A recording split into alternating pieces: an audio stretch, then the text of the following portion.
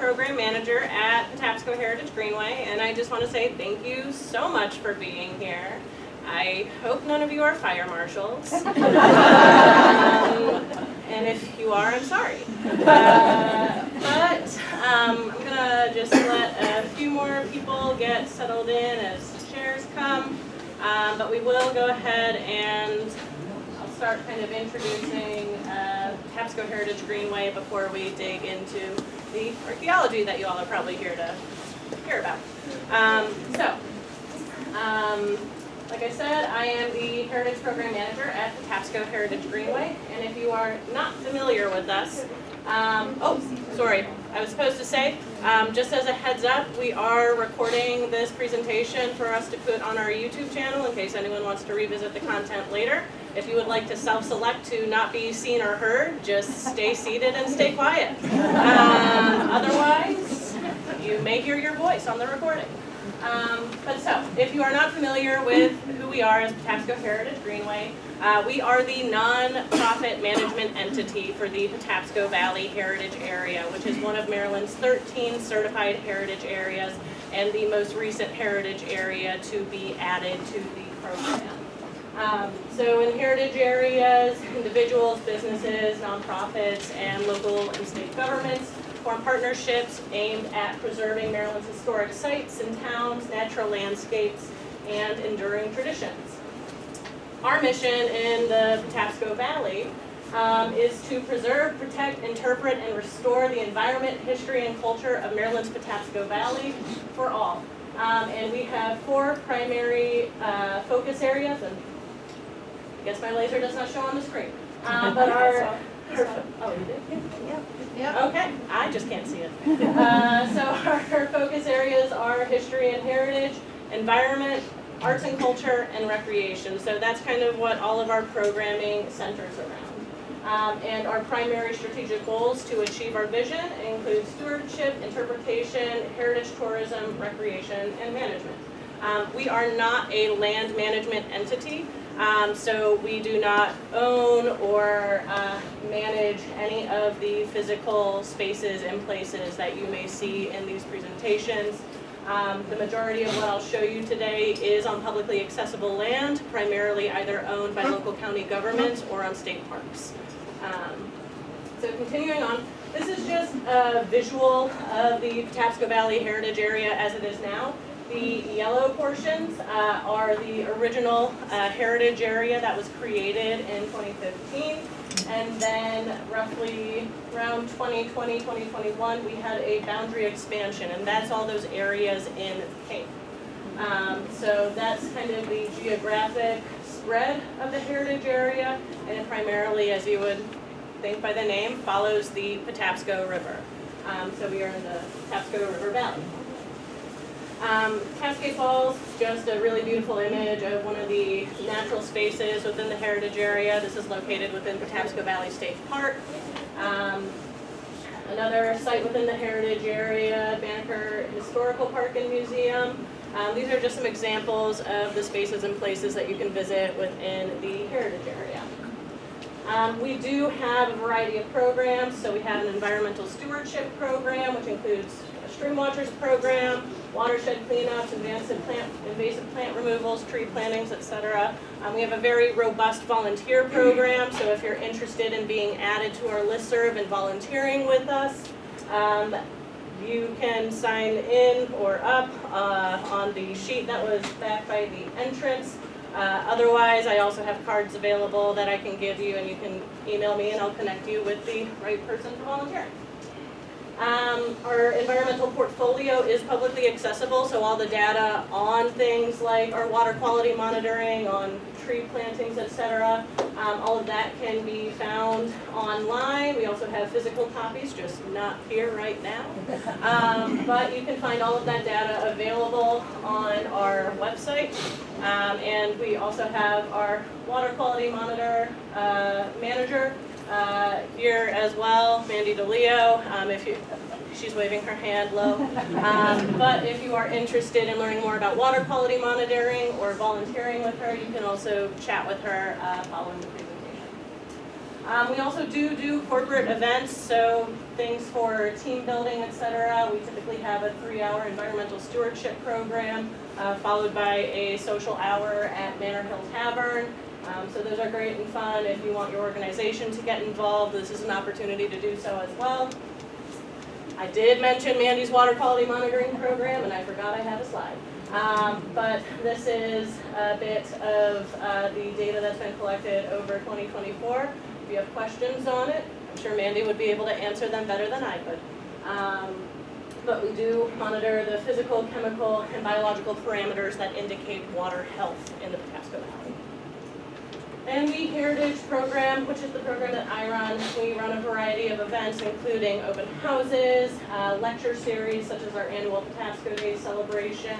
We do develop some historic interpretation content with and for partners. We have an exhibit consultation and development program. We engage in cemetery preservation, and we're starting to engage more in archaeology as far as lectures and potential projects in the future.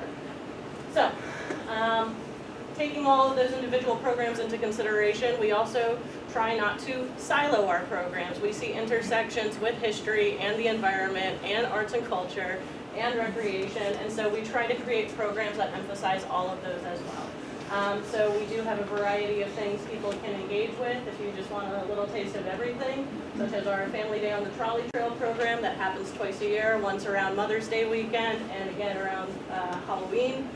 So we just had our Family Day, but things ranging from Family Day to cemetery cleanups, again to open house events. We really love emphasizing the crossover between all of the different programs we run. So, the topic you're probably here for right now, archaeology in the Patapsco Valley. So, what you're seeing on screen right now is a screen grab from Medusa, which is Maryland's Cultural Resource Information System. So this is a publicly accessible portal. You're able to find a lot of information on the if something is on the Maryland Inventory of Historic Properties or the National Register of Historic Places. All those nomination forms, a lot of that info, as well as geographic boundaries, are available on Medusa. The architecture layer. So, reading buddies, you did an awesome job reading tonight. Come on over to the desk and all right, give us a high five. So, if you want to read what's on this map, you can see the architectural layer that's publicly accessible. The archaeology layer is a private layer because it contains location data. And with archaeology, you always have to be conscientious that you're protecting your sites, and sometimes that includes the specific GIS locations, because unfortunately, looting is a reality that happens at archaeological sites. So the archaeology layer is private, but researchers, both public and private, are able to get login codes. So if you are a qualified researcher, you can reach out and get a login to Medusa to be able to access that archaeology layer. Otherwise, if you have a specific site you have questions on and would like more of that archaeology information, typically any researcher from a local government or university tends to have a login, and they could potentially help you gain access to that information.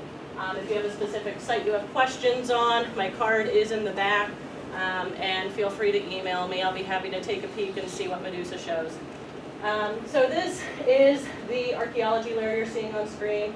You can see all those little blue dots. Those are recorded archaeological sites in the state of Maryland. So this is just a bit of a closer zoom in to archaeological sites that are in and around the Patapsco Valley Heritage Area. So you can kind of see, following this green, there is a smattering of sites, but not quite as dense in some certain areas. And that's not to say there aren't necessarily archaeological sites present. That just means there aren't as many archaeological sites recorded. So that is an idea of what you are seeing on screen. So today we are going to go over 5 archaeological sites in the Patapsco Valley Heritage Area. We do encompass parts of Howard County and Baltimore County, so you'll see sites from both of those tonight. So the first thing we're going to do is there is this number up here, this alphanumeric identifier that you will see about all of the sites. This is called a Smithsonian trinomial, and that is how we identify archaeological sites in the United States. So the number 18 is the Maryland is the 18th state alphabetically. So you have 18 identifying what state the site is located in. HO stands for Howard County, so that tells you what county we're in. And 143 means the Patapsco Female Institute is the 143rd archaeological site recorded in Howard County. So you'll see that number associated with all of the sites. Not that specific number, but you'll see a trinomial associated with all the archaeological sites we'll talk about tonight. So the first one we're going to talk about is the Patapsco Female Institute. Has anyone been or seen it before? A decent amount of folks. Okay, so you have an idea of where I am talking about. So the Patapsco Female Institute is primarily known as a 19th and 20th century site. And it is most famously known as being a girls' boarding school in the early 19th century. So from 1837 to 1891, it was a school called the Patapsco Female Institute. And one of the most well-known women associated with the school is its third headmistress, Elmira Hart Lincoln Phelps. And part of this is because she really shifted the curriculum to incorporate more mathematics and sciences to enable young ladies to be trained well enough to support themselves through teaching. And this was pretty unique for the time period, as most schools for girls focused on teaching domestic and homemaking skills. So unfortunately, the school did close in 1891 due to continued decline in enrollment. And this is just an old postcard, and you can kind of see the school sitting at the top of the hill right there. But the building itself did not stop enduring after this. In 1891 to 1905, it was converted to a summer hotel called the Burr Alnwick Hotel. It did eventually close in 1905 and turn into a private residence once again. In World War I, it was called into action to serve as a wounded veterans hospital, and it actually held up to 50 beds for wounded returning vets from World War I. And then in the 1930s, it was actually used as a theater known as the Hilltop Theater. And so this had local, well, not just local, but it had women and men from over the county, state, as well as some surrounding states who made up a theater troupe, and some of them lived and performed at the theater. In fact, this article goes into how some of the players of this troupe had to do all the housework around the Institute in order to maintain it. So a lot of them were saying it's a lot more than they have to do at home simply because it is so much bigger than their homes. So that was another life that the Female Institute lived. In the 1940s, it became a private residence once again. It was actually owned by a few people at this point. It was sold to a Mrs. Manola Brennan in the 1940s, who willed it to her daughter, who in turn sold it in 1958 to Dr. James Wisman, who he wanted to actually use it as a nursing home. But the building was in such disrepair that by the 1960s, it was not allowed to be run as a nursing home, and he actually had to close it down for safety concerns. Dr. Wisman did pass away in 1965, and he actually willed the building to his alma mater, the University of Cincinnati.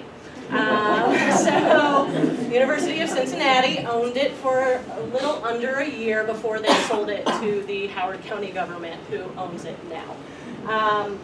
And so it was bought by the county in 1966, And the ruins were eventually stabilized in the 1990s.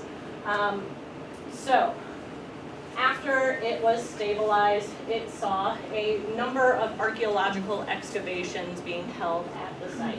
So the first archaeological excavations were held in 1987 through 1989 prior to stabilization by Lee Preston, who is a well-known kind of local educational archaeologist. And he was hired by the county's Department of Rec and Parks. The second round of archaeological investigations occurred following the stabilization, and that was done in 1993 by Dr. James A. Gibb. Following Gibb's work, he actually uncovered several features, including the foundation of 3 additions to the building. So the schoolroom that was built in 1879, the dining hall that was built in 1880, and an addition that wound up being added to the building when it was the Berg Alnwick Hotel in 1893. So those ruins were documented by Dr. Gibb, and then Lee Preston came back in '95 to develop a public archaeology program, inviting more of the public to participate at the site. So this continued to run on and off until about 2010, and saw dozens to hundreds of students and volunteers, particularly working in what used to be the kitchen of the site. In 2019, Kelly Palick, the current county archaeologist for Howard County, monitored excavations there, primarily following the removal of an ash tree. And that actually helped identify another possible structure. And then in 2022, as a part of the Ellicott City 250th celebrations, she used her knowledge of the archaeology of the site to help locate a space where the Mary Jordone Memorial Garden could be placed. So archaeology has played a few different roles at the site. The next site we are going to talk about is from Baltimore County, and that's the Benjamin Banneker Homestead. So this is an 18th through early 19th century African-American farmstead, and it's particularly significant because Benjamin Banneker was born a free black man in Maryland in 1731. He is commonly known as America's first black man of science, and his family is actually the only free black family listed in Baltimore County in 1737. One of the only comprehensive censuses of the, well, I guess at that point, not fully a state, well, I guess it was a state. In 1755, the only known full census at that time identified only 212 free black and mulatto individuals, including children, as residing in Baltimore County. So even 20 years later, there is still a very small percentage of free black folk living within Baltimore County at this time. And you can see this is a scan of a reprint of that census. It actually first appeared in the Gentleman's Magazine in 1764, which began publication in 1731 and ran up until 1907, primarily in Europe. So that up at the top, you can see where the accounting for Baltimore County is. Yes. Is that included in YouTube? I'd like that. Yeah, we can do that.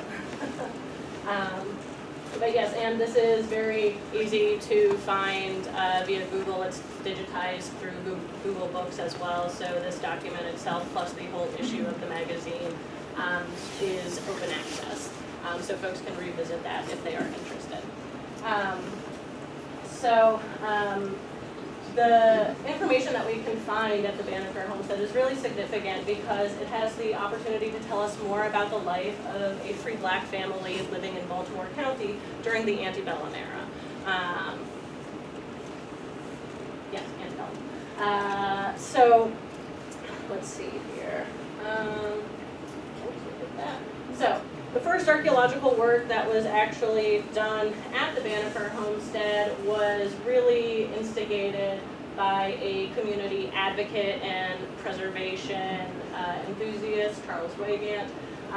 He really rallied to get the first archaeological work at the site performed in 1979. So that is well before we saw any archaeological work being done at sites like the Patapsco Female Institute.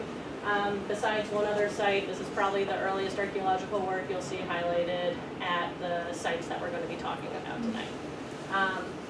So in, let's see here. In these first excavations, the primary goal was to try and locate the former homestead of Benjamin Banneker, working off of a few descriptions from primary sources. So Charles was really utilizing a lot of archival resources to try and pinpoint spaces where archaeologists might be able to find evidence of the homestead. Those excavations were not successful, and they did not find the location of the homestead at that time. In 1982, Robert Curry and MHT performed some additional excavations following the identification of 2 more sites to investigate by Charles. So after that first round, he kept working, he kept researching, and when he got additional folks to come out and excavate, these excavations, they actually did manage to find some of the foundations of what we now know was at least one of the homesteads that Banneker lived on at that site. And so they were able to find the site, and it held a lot of artifacts indicating an 18th century residence. And finding evidence of that residence really motivated the county, again with Charles's urging, to purchase part of the 100-acre Banneker land tract in January 1985 in order to establish a historical park and to commemorate Banneker, to ensure the preservation and study at the site. So that archaeological work really gave the county the basis and the motivation to purchase that land to continue its preservation and conservation. And it continues to operate as a historical park and museum today. Following the identification of that foundation, more intensive archaeological work began by Kristen Peters in 1985, and then again by Robert Curry in 1986. Let's see here. So it was actually during the 1986 excavations that a stone foundation and what was interpreted as a chimney base were found, and the state of that chimney base, as well as the artifacts around it, confirmed a bit of written history by Martha Elkett that one of Banneker's homesteads burned down following his death. And so that 1986 excavation found what they believe was the cabin that burned down shortly after his death. So recording that foundation, recording that site, they were able to do things such as identify what some of the dimensions of that structure were, and that research and documentation influenced and was the basis of the reconstruction of a model homestead. So that's the cabin that you see on screen. It is not placed directly where that old homestead that burned down was, but very nearby. So again, that archaeology really influenced the ability to create a reconstruction. Yes? So, with the archaeological evidence that's there, the story that I've been told is that it was torched by people who hated that a free black man was out here living his life. Do you know if the site not confirms or proves, but does the site align with that, or is there's no way for us to know if it's been so long? So the artifacts themselves can't really tell us, the degree to which that influenced the burning down. What they do tell us is that it did burn down, and some of the latest artifacts dated within that same strata that it's located in did indicate that it was shortly after his death, but yeah, the archaeology in and of itself cannot say that specifically, but given the state of the the area at that time, it is a possibility. So that's something to think about, and it's certainly a story that the artifacts can be part of the conversation of, but it can't definitively say yes or no to that story. But yeah, so let's see here. So the cabin that you see on screen, that is the reconstruction. It was completed in 2009, and it's now a part of the museum's tours and programming. While it's not open all hours that the museum is open, it can be unlocked for visitors by request if you're not on a tour. So if you just want to visit the site and check it out, all you really have to do is ask someone to unlock it for you. And in most cases, if they have staff available, they can do that for you. So the next site that I am going to highlight,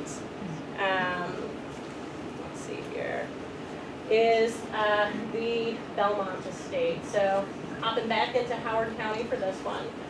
And the Belmont Estate is known as a mid-18th to 20th century farmstead and plantation that's associated with the Dorsey family, who built several iron forges on tributaries of the Patapsco River in the early to mid-18th century.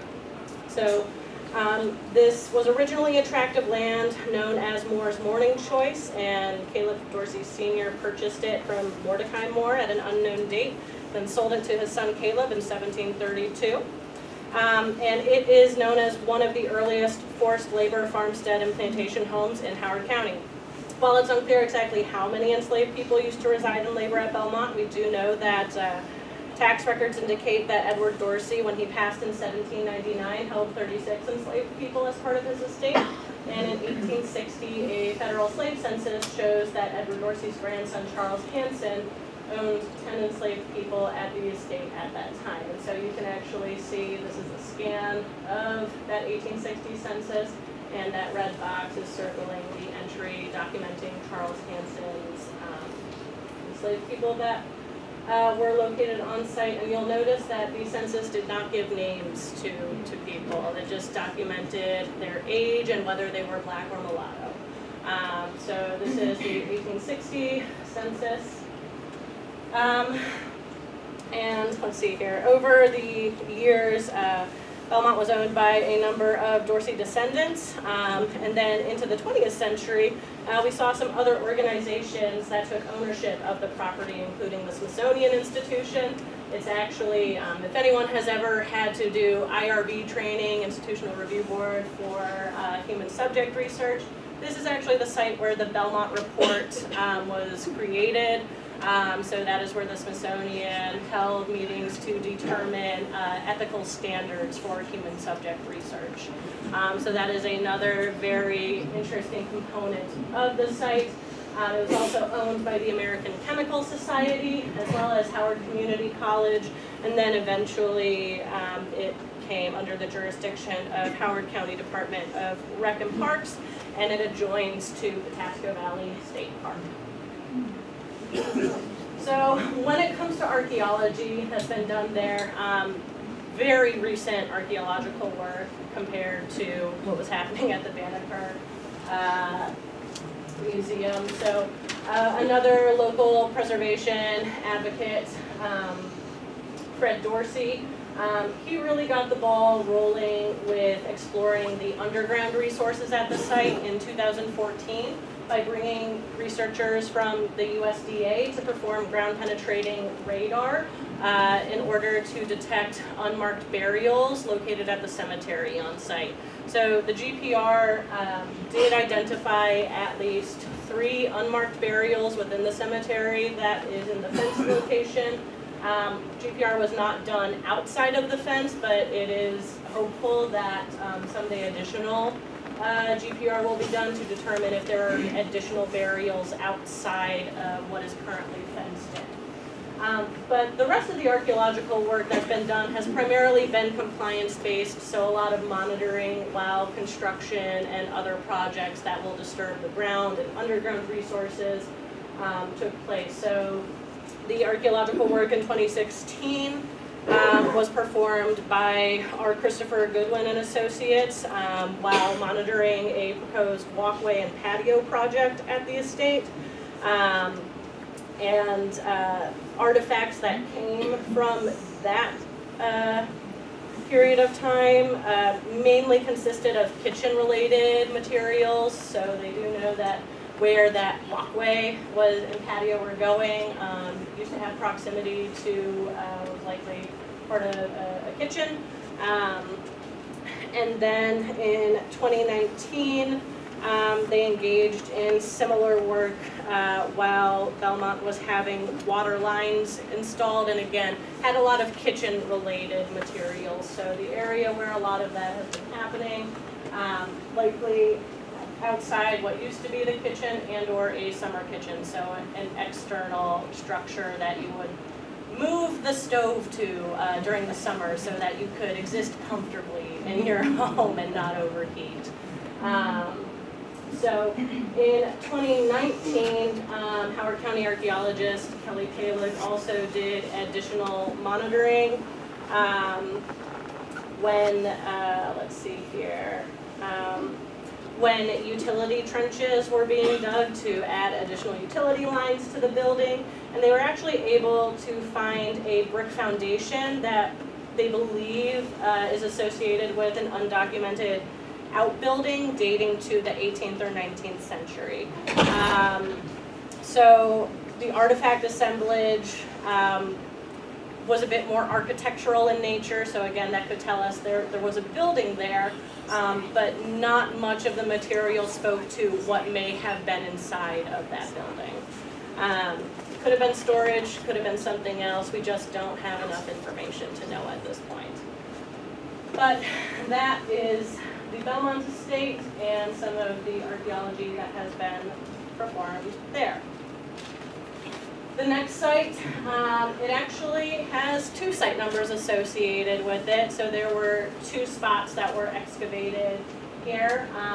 It's labeled Howard County, but it is located in the Daniels area of the park, so that kind of straddles the Howard County, Baltimore County line.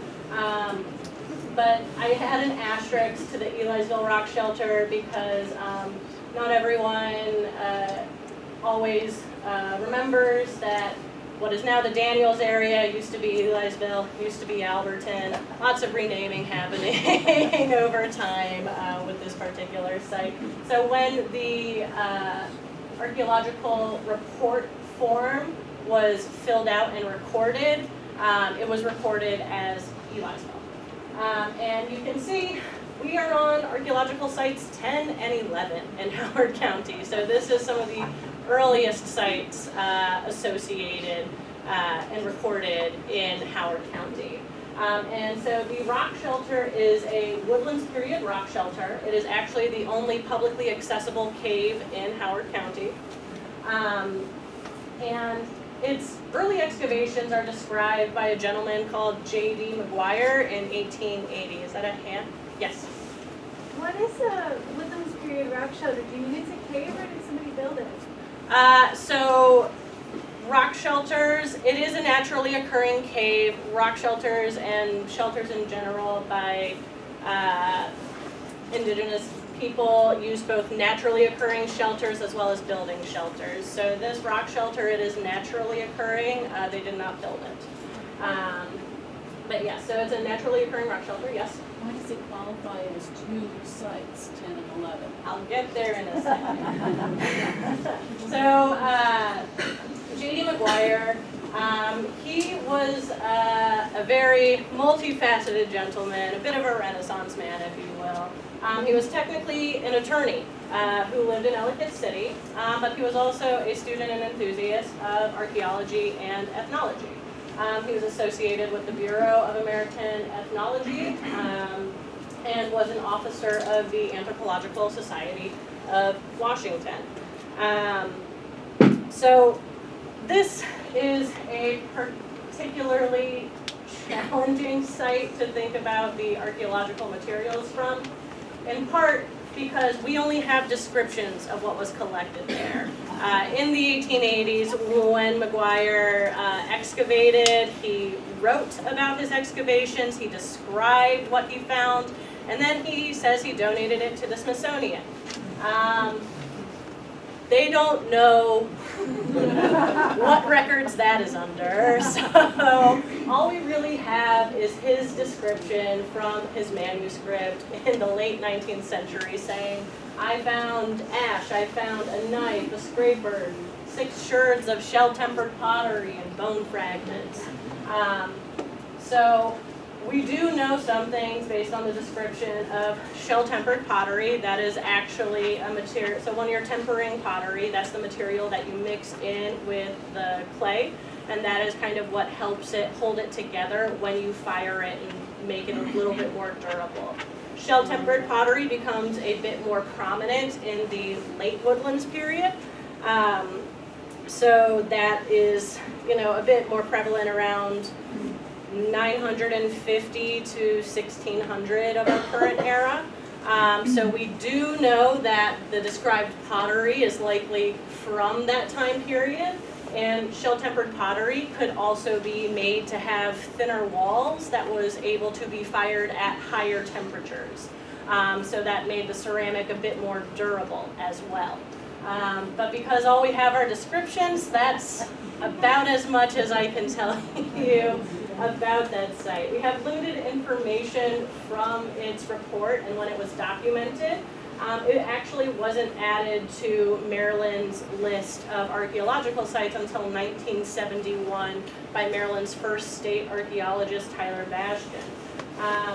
So he actually didn't even do any digging here. He read McGuire's accounting of his 1880s digs, and he filled out a site report based on that book just so that we knew there have been digs there. So he never did a field visit, he never dug himself. We found additional documentation in a journal article from 1946 talking about caves in Maryland where they talk about Camel's Den. And the author from 1946 said that there was also a 1943 dig that happened there, but nothing was found. So again, I don't know if there was a permit for that 1943 dig. All we know is it happened.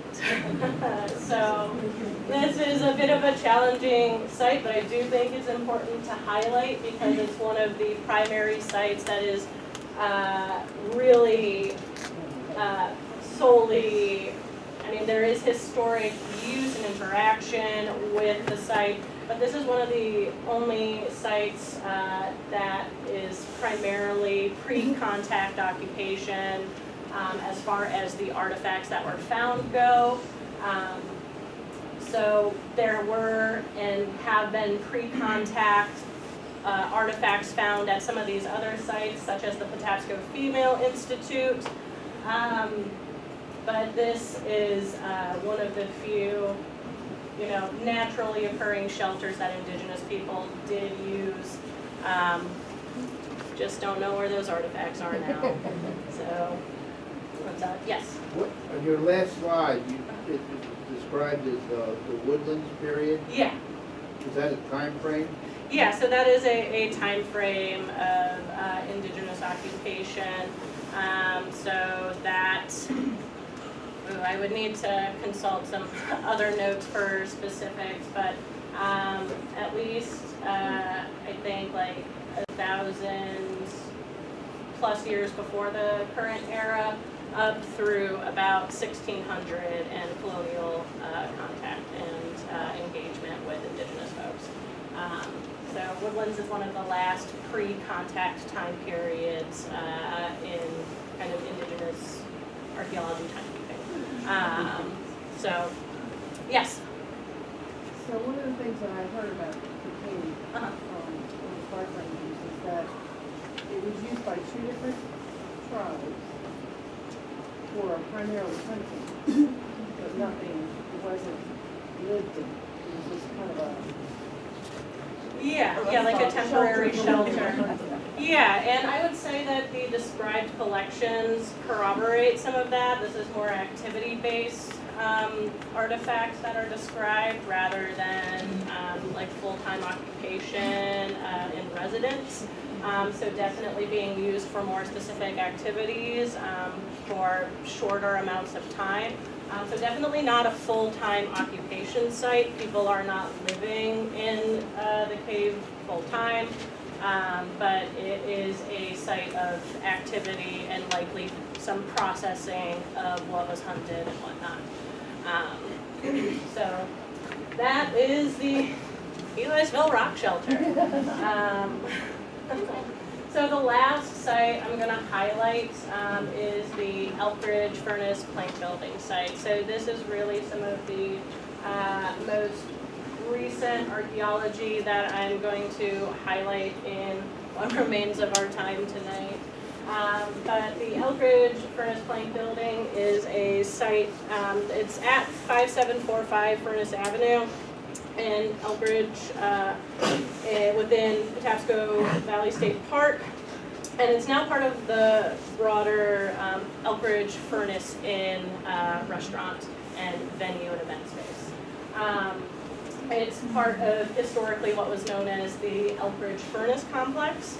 That was originally established, well, there's a series of things that happened. First, documentation of ownership of this tract of land is happening in like 1720s, 30s.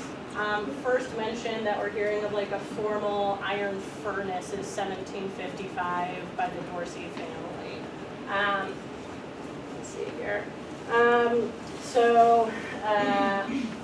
The Ellicott family eventually acquired the land the Elkridge furnace was located on and built a new furnace at or near the original furnace by 1826.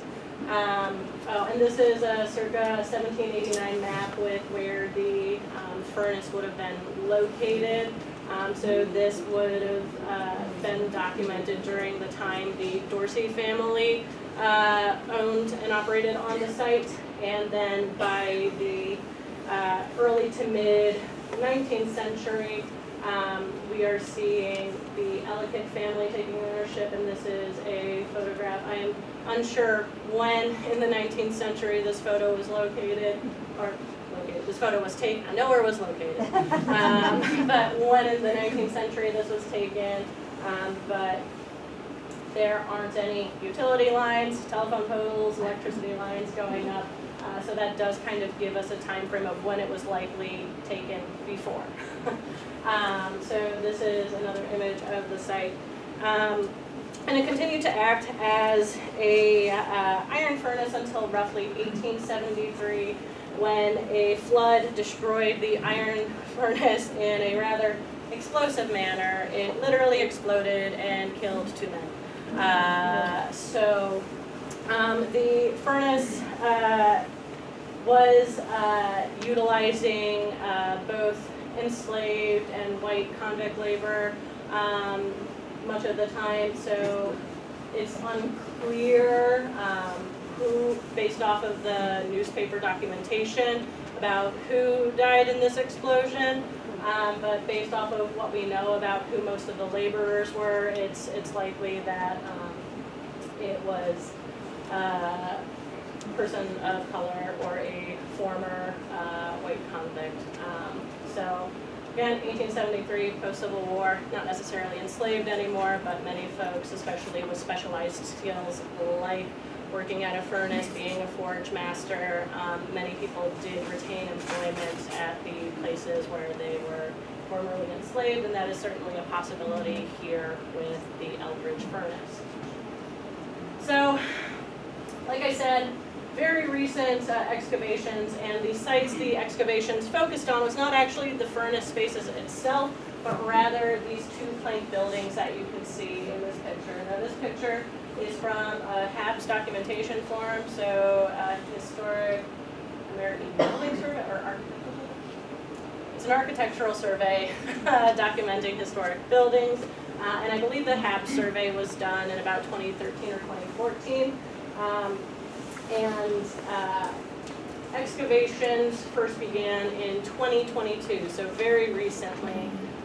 And the first excavations were really driven by a variety of entities, including the Department of Natural Resources, Preservation Maryland, and county government. All would like to preserve these two plank buildings. They are believed to have been the residential quarters of the laborers at the site. Gaps in the historical record prevent us from clearly identifying if it was black enslaved labor or white convict labor, but we do have sufficient evidence to believe that it was laborers occupying these buildings. They were not simply storage space or things of that nature.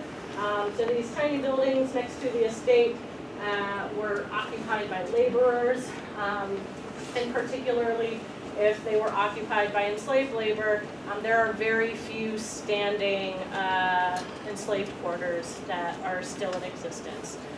So documenting and stabilizing these ruins have been a huge goal of a variety of entities, and that's currently an ongoing project going on at Elbridge Furnace. The Maryland Department of Transportation performed the first excavations there in 2022. That went through about 2023, and then the Maryland Historical Trust performed follow-up excavations just this April. There's still some additional compliance work to be done as they're continuing to work to stabilize and restore the structures. So the Department of Natural Resources has contracted additional archaeologists to do additional excavations prior to the completion of that restoration work. So they are stabilized for now, for the most part, but there's still a little more archaeology that is recommended to be done. And the excavations found a variety of interesting things. So we know that the site has been occupied for a very long time, even before the first documented European ownership of the site. We do know that there were indigenous peoples occupying the landscape, and there are artifacts to demonstrate that. And they also found a light scatter of 17th to early 18th century artifacts. So this is tin glazed earthenware, also known as Delftware, and this style of pottery is some of the earliest pottery found at colonial sites in not only Maryland but of the country. They're often associated with Dutch and English colonists, but these indicated some earlier occupation, but those were not necessarily found in areas that would help identify the age of these structures. They were unclear when these buildings were built. Are they pre-Civil War, post? And the Delftware, unfortunately, did not narrow down that answer. What did help narrow it down in the builder's trench for these two structures, they found a rubber Goodyear button. And those buttons were created 1851 to about 1900. So that really helped. That was at the bottom of the builder's trench, meaning everything on top of it likely deposited after 1851. So that gave us kind of beginning date for when this was likely built, so likely around 1851, firmly during the Ellicott's ownership of the space. Well, like I said, while there were a number of historic materials found beneath the floor of that historic building, they also did find some pre-contact material. So they found this arrowhead as well as a hearth feature. So a hearth, like a fire pit where food preparation and warming is happening. And from that fire pit, that hearth, they were able to take some charcoal samples and get those radiocarbon dated to figure out when that hearth was actually used. So the radiocarbon dates from that hearth feature calibrates to about 436 to 637 current era, which means that hearth is about 1,515 to 1,314 years old. So again, we're seeing definitely some pre-contact occupation and use of this site. These materials don't necessarily imply permanent or full-time residents, but again, activities are happening there and they are staying there long enough that they need fire for cooking and warmth. Yeah, let's see here. All right, that looks like most of the information I have on this site, yes. Is the name Elkridge because there were eastern elk this far north? You know, that's a question I've never thought about. I know they're in the Appalachians, and Yeah. they just moved the 400 elk from the west, I think to North Carolina, Okay. to try and establish a more population eastward. I was wondering if they were this far north. I do not know that, unfortunately. That is something I can look into though, and if you want to take one of my cards, you can feel free to email me to follow up and I'll see what I can dig up. No pun intended. But yeah, so while it does look like we are very close to our time, I do want to highlight some areas where you can find more information on archaeology in the Patapsco Valley Heritage Area. So we do have some lectures that were recorded that were given by Howard County archaeologist Kyla Cools talking about why archaeology matters in the PVHA. If you're more interested in pre-contact and indigenous history, Dr. Catherine Sterner from Towson University also gave a talk highlighting some of the collections from the Natural History Society of Maryland. That's primarily on indigenous occupation along the Patapsco River. And if you're just interested in Maryland archaeology in general, some great resources to learn more about that can be found at the Council for Maryland Archaeology, the Archaeological Society of Maryland, the Maryland Historical Trust, as well as the Natural History Society of Maryland. They do have an archaeology club. They have a variety of meetings, presentations. So they also have a huge catalog of talks given on topics ranging from very site-specific archaeological interpretation to broader information on, indigenous occupation of Maryland, pre-colonization, a lot of specialty lectures that you can find on their YouTube page, which is linked at their club's website. Additionally, there is a really unique opportunity just next week. It is a bit of a hike from this location, but the state's terrestrial archaeologist, Zach Singer, is going to be giving a talk on Maryland's Ice Age inhabitants down with the Dorchester County Historical Society, and he's actually hosting a period of time before the talk where if you have any lithics, any projectile points that you want identified, he is offering to identify those things for you.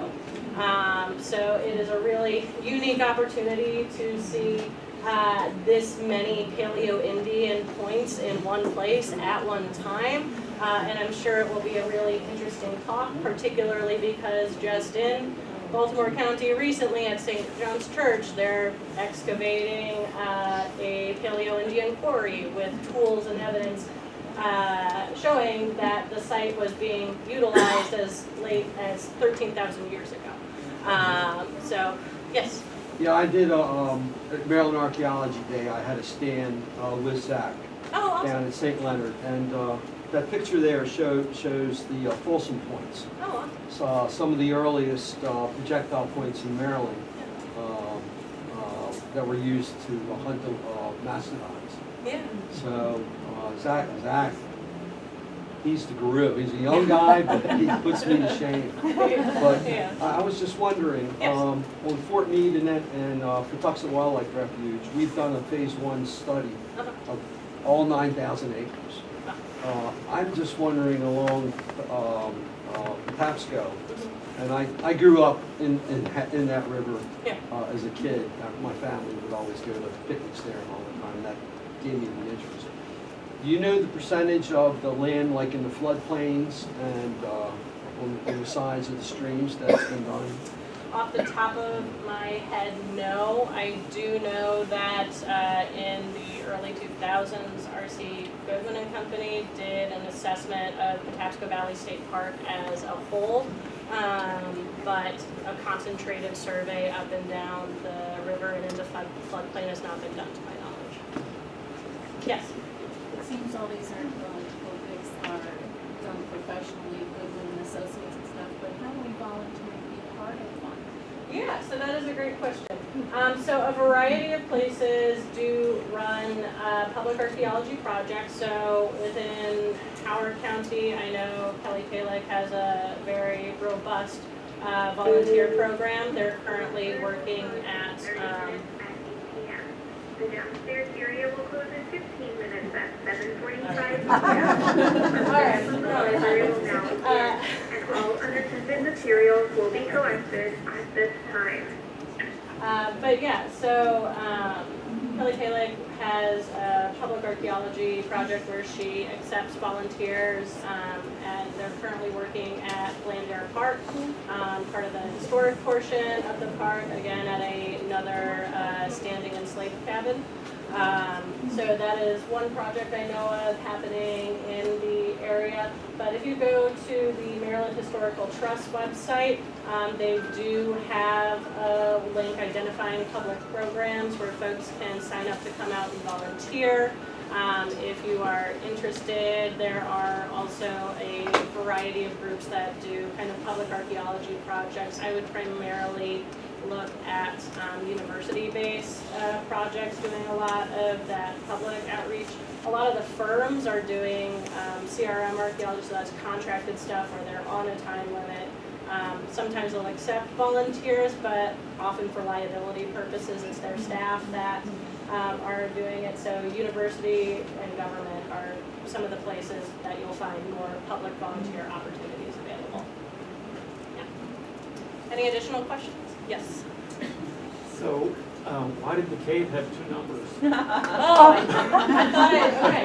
So that is primarily because when Tyler Bastian filled out that report, there is a site that was described by McGuire inside of the cave, and then another one outside of the cave, so by the river. So Bastian applied two site numbers to differentiate the two. Honestly, I don't know which one is supposed to be which because they share the same documentation form. So, so yeah, that's 1970. But yeah, any additional questions? Yes. The Elkridge site, is that on, I'm assuming, is that on private property? So it is. I mean, what's the arrangement between the government and the site? Yeah, so it is technically what is known as a resident curator site. So there is public access to it because it is currently being run as a restaurant and event venue. So when the business is open, the grounds are open. I believe that is also part of the resident curator's agreement with DNR that they make the site available to the public as well for X amount of time during the year. But they are very enthusiastic about the history. They actually allowed us to host a fundraiser event there where we had Zach Singer from MHT, we had some folks from Preservation Maryland as well as DNR's historian come and talk about more of the in-depth history of the site. So the Weckers are fans of history, they love it, they really want to preserve it, and they've gone above and beyond what their resident curator rule would require as far as allowing archaeology and research to happen on the site. Did you have another question? Yeah, on the double numbers on the archaeological numbers. We have a site, it's 12,000 years old, we're currently looking at. Just then say wants to put another parking lot. Oh. And it was up. Happens a lot, doesn't it? Yeah, it does. And the first number was when it was done in 1965, and it was by Goodwin. Oh, okay. The same company. Yeah. So we're doing it now, and SHPO gave us a new number for that site. Oh, okay. So that might be what That what's could be why going that's on there. got two numbers. But to avoid the site, we have to take out all the artifacts. Yeah. So NSA has decided to put the parking lot somewhere else. Best decision in my book. All right, are there any additional questions? I think we have like 10 more minutes before they kick us out, yes. Just a quick question. You mentioned all the Native American sites were like temporary. Is there no evidence for like a more permanent? That's challenging. If there is, it has not been excavated and documented. A lot of oral traditions and oral histories from some of the tribal members that are parts of the groups that would have occupied and utilized the landscape. They articulate that the Patapsco River Valley, particularly because of its history of flooding, was more of a transitory space. So people are doing activities, but not necessarily building permanent shelters. I believe there's potentially a site that Dr. Catherine Sterner talks about in her recorded presentation that we have on our YouTube channel, where there's a possibility that a permanent settlement might have been occupied, but that is technically outside of the geographic boundaries of the Patapsco Valley Heritage Area as like a modern entity. So I have not looked into that too much, but within our current boundaries, none of the sites associated with pre-contact indigenous groups indicate permanent settlement. Thank you. Yes? That is so interesting. Does the archaeology or the, like, I don't know, oral tradition archaeology tell us that there's been a lot of floods here historically? Because I thought it started when there was a lot of clear cutting. That's what I learned in a different thing. And so the woods that used to be here absorbed the water a lot more. Yeah. 400 or 500 years ago. But is that, do you know that there's, from archaeology or oral archaeology, that that's maybe inaccurate? So that's again a complicated question, because you're right, with the clearing of a lot of the forest land that kept a lot of the soil rooted and in place, flooding has certainly gotten much, much worse.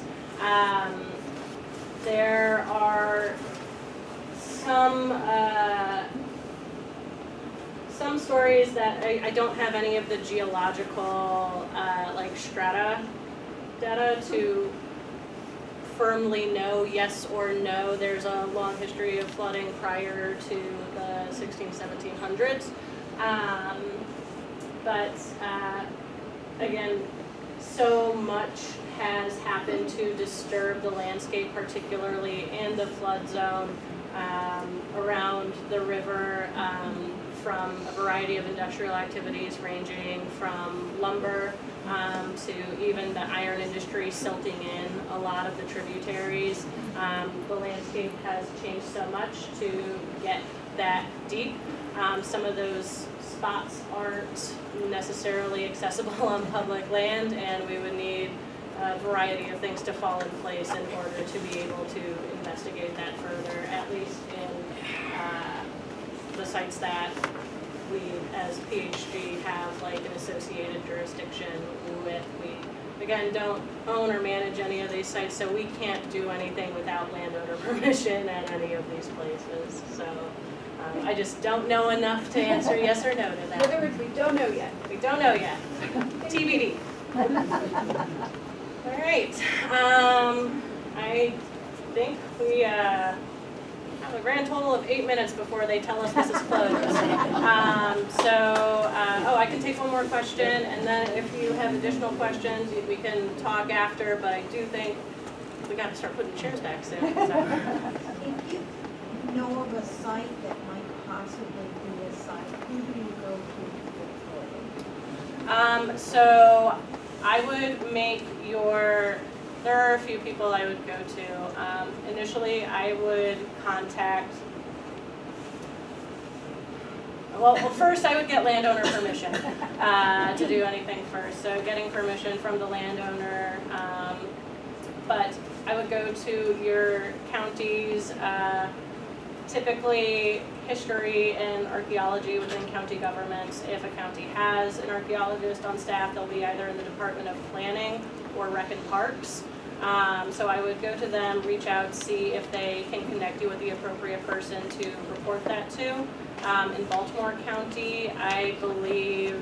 Carroll County. Oh, okay. So Carroll County, I do think Carroll County has an archaeologist.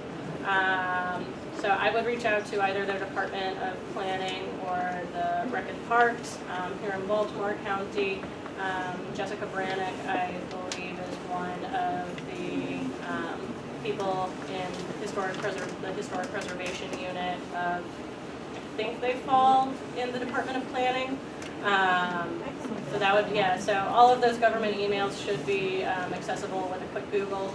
But that's who I would start with at a county level. If it's on state land, I would contact the state entity responsible for that land. So if it's in the park. It's on a farm that's in the 100-year farm preservation program.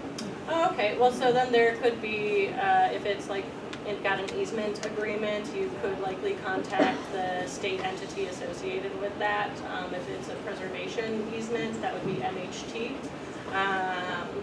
But yeah, those would be the people I would contact, but yeah, if it's private property, things ultimately are left up to the landowner. If there's an easement, there's some wiggle room to talk about that, but a lot of, yeah, it depends on where is it.